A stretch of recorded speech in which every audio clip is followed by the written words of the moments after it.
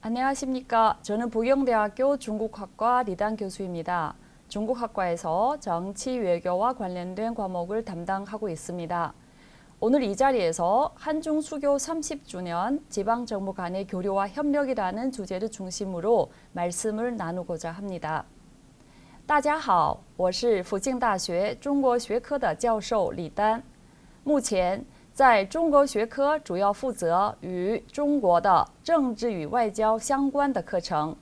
今天我想和大家分享的主题是中韩建交30周年 地方政府间的交流与合作。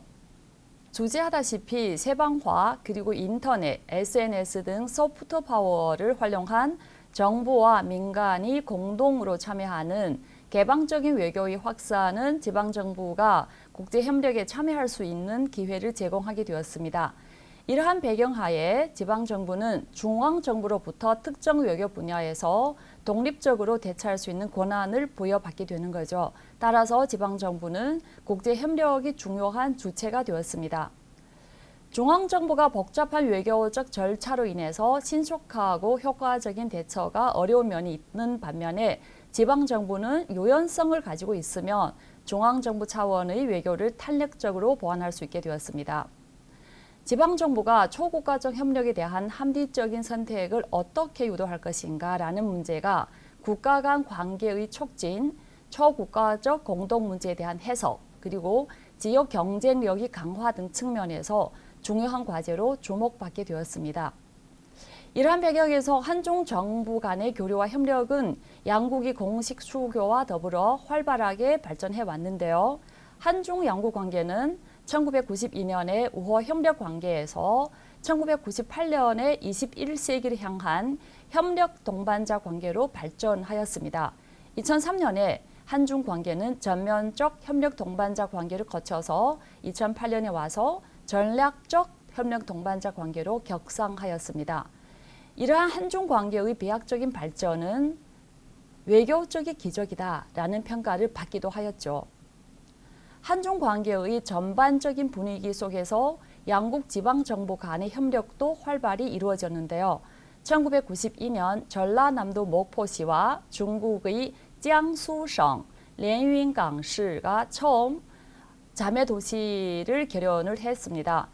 이후에 2022년까지 양자 간의 자매도시 수는 701쌍에 달했습니다.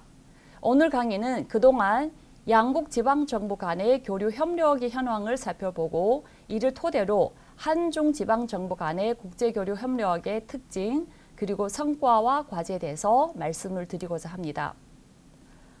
그럼 첫 번째 내용으로는 한중 양국 간의 자매 우호 도시 현황을 살펴보도록 하겠습니다.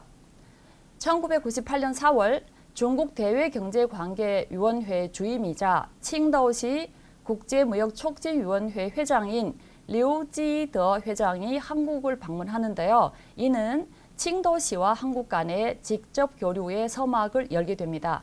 같은 해 10월에 우시산 칭다오시 정부 비서장 일행이 한국을 방문하였고 1998년 10월에는 중국 국제상회 칭다오시 상공회의소와 부산 상공회의소 간의 협력 협정 체결식이 중국 칭다오시에서 열렸습니다. 1992년 4월에는 위정성 칭다오시장이 한국을 방문하였고요. 이런 뜻 한중 양국 지방정부 간의 교류는 양국 공식 수교에 앞서서 이루어졌습니다. 이 시기 교류의 중점은 투자 유치에 주안점을 두고 있었습니다. 1992년 한중 양국의 공식 수교는 지방정부의 교류 협력에 유력한 정치적 환경을 마련해 주었고 지방정부 간의 자매 결연도 본격적으로 발전하였습니다. 그림 2는 한중 양국 자매 우호 도시 변화 추이인데요. 이 자료는 대한민국 도지사 협의회 홈페이지 자료에 근거하여 정리한 내용입니다. 그림 2를 보시면 파란색으로 표기된 1990년대 양국 지방정부의 자매 우호 도시 수가 157쌍이었고요. 주황색은 2000년대인데요. 우호 자매 도시 수가 291쌍, 회색은 2010년대입니다. 우호 자매 도시 수가 238쌍이었고요. 노란색으로 표기된 것은 2020년에서 2022년 현재 15쌍으로 집계되었습니다. 위에서 말씀드린 바와 같이 양국 간의 우호 자매 도시 숫자는 급속히 발전해 왔으며 다음과 같은 특징을 보이기도 했습니다. 첫째, 한국지방정부가 선택한 자매 결연 도시는山东省, 辽宁省, 江苏省, 浙江省, 吉林省 등 지역에 집중되어 있었습니다. 두 번째, 양측의 자매 결연은 행정구역 직급에 얽매이지 않았고 상당한 유연성을 보였다는 점입니다. 예를 들어서 충청남도의 경우 중국의 성급, 즉 1급 행정구역에 해당되지만 2급 행정구역인 연변 조선족 자치주와도 우호 관계를 결성하였고요. 인천시 같은 경우에는 중국의 옌타이와丹동과 같은 2급 행정구역 도시와도 우호 관계를 결성하였습니다. 셋째, 한국과 중국의 지방정부 간의 자매 결연은 성과 시급 광역자치단체 위에 구와 현과 같은 기초자치단체 측면에서도 이루어져 있었습니다. 이는 양국 지방정부 간의 우호 자매 결연의 다층적 특징을 보이기도 했습니다. 다음은 구체적인 교류 협력의 영역과 내용에 대해서 살펴보도록 하겠습니다. 대한민국 도지사 협의회 홈페이지에 따르면 현재 양국 지방정부 간의 주요 협력은 10개 분야에서 이루어지고 있는데요. 표 2를 보시면 행정 분야 같은 경우에는 대표단 간의 상호 방문, 인적 교류는 공무원 파견, 시찰 및 조사단 파견이 있고요. 문화예술 같은 경우에는 축제에 참가한다든가 합창대회에 참가한다든가 또는 한국의 패션쇼, 서적을 기증한다든가 등 내용이 있고요. 관광산업에는 관광물산, 그 다음에 전시회, 의료관광 등 내용이 있습니다.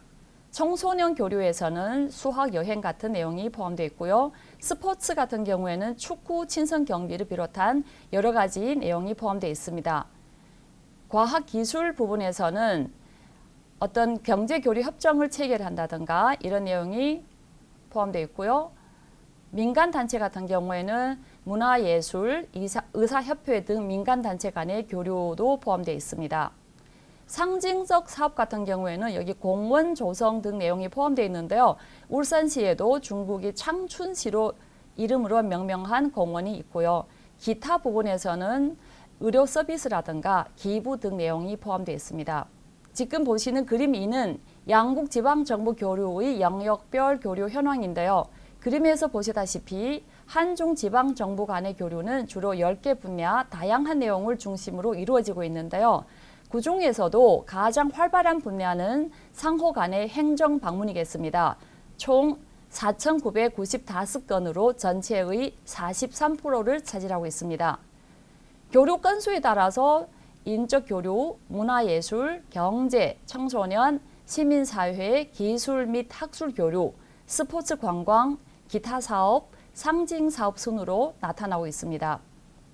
그림 3 같은 경우에는 한국의 지방정부별 중국과의 교류 현황입니다. 그림에서 확인할 수 있다시피 한중 수교 이후에 중국과 가장 활발한 교류를 가져온 지역은 수도권입니다. 경기도는 1,668건이었고 서울특별시는 1,037건이었습니다. 이어서 강원도, 충청남도, 경상북도, 부산시, 전라남도, 경상남도, 인천시, 전라북도, 대구시, 충청북도, 제주도, 광주시, 울산시, 대전시, 세종시 순으로 교류가 많았습니다. 다음은 각 지방정부의 영역별 교류 현황인데요.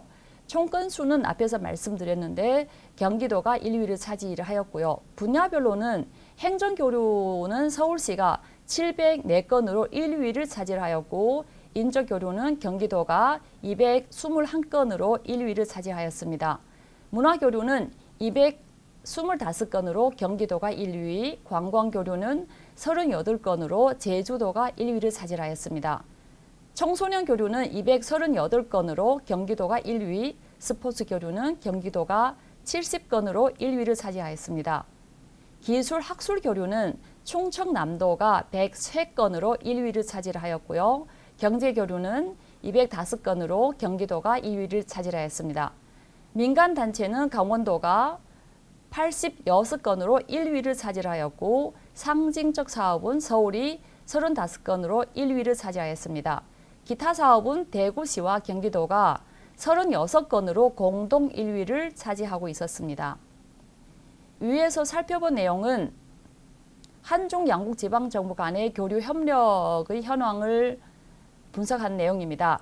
이러한 자료를 토대로 한중 수교 30년 이후 양국 지방정부 간의 성과와 과제에 대해서 요약 정리해 드리겠습니다. 성과 같은 경우에는 다음과 같이 요약할 수 있는데요. 첫째, 자매 우호 결연이 아주 빠르게 이루어졌다는 점을 말씀드릴 수 있습니다. 현재 지방정부 간의 협력은 국경을 초월한 지역 외교와 초지역 외교라는 두 가지 특징을 가지고 있고요. 두 번째는 교류의 범위가 광범위하다 이런 점을 말씀을 드리겠는데요.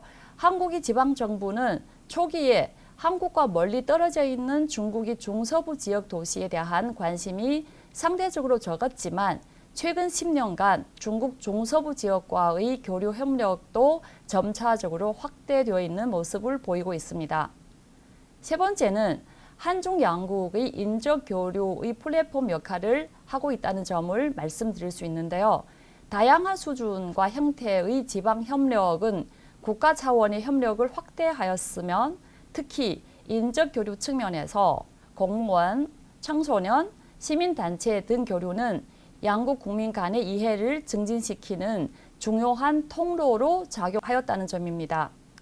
이러한 성과에도 불구하고 양국의 지방정부 간의 교류와 협력은 다음과 같은 과제에 직면을 하고 있습니다. 첫째, 한중 양국 지방정부 간의 교류 협력은 내실화가 필요하다는 점을 지적할 수 있습니다. 예를 들어 행정교류는 국제교류의 형성과 발전을 보조하는 수단이 되는데요. 현재까지 행정교류가 한중 지방정부 간의 교류에서 상대적으로 큰 비중을 차지한 것은 맞지만 대부분 교류는 대표단 방문 형태로 이루어졌다는 아쉬운 점이 남아 있습니다. 두 번째, 중국과 한국 지방정부 간의 교류는 양국 관계의 영향을 받아왔으면 특정 현안에 따라서 기복을 겪기도 했습니다. 따라서 지방정부 교류의 법, 제도적 기제를 구축할 때가 된 것 같습니다.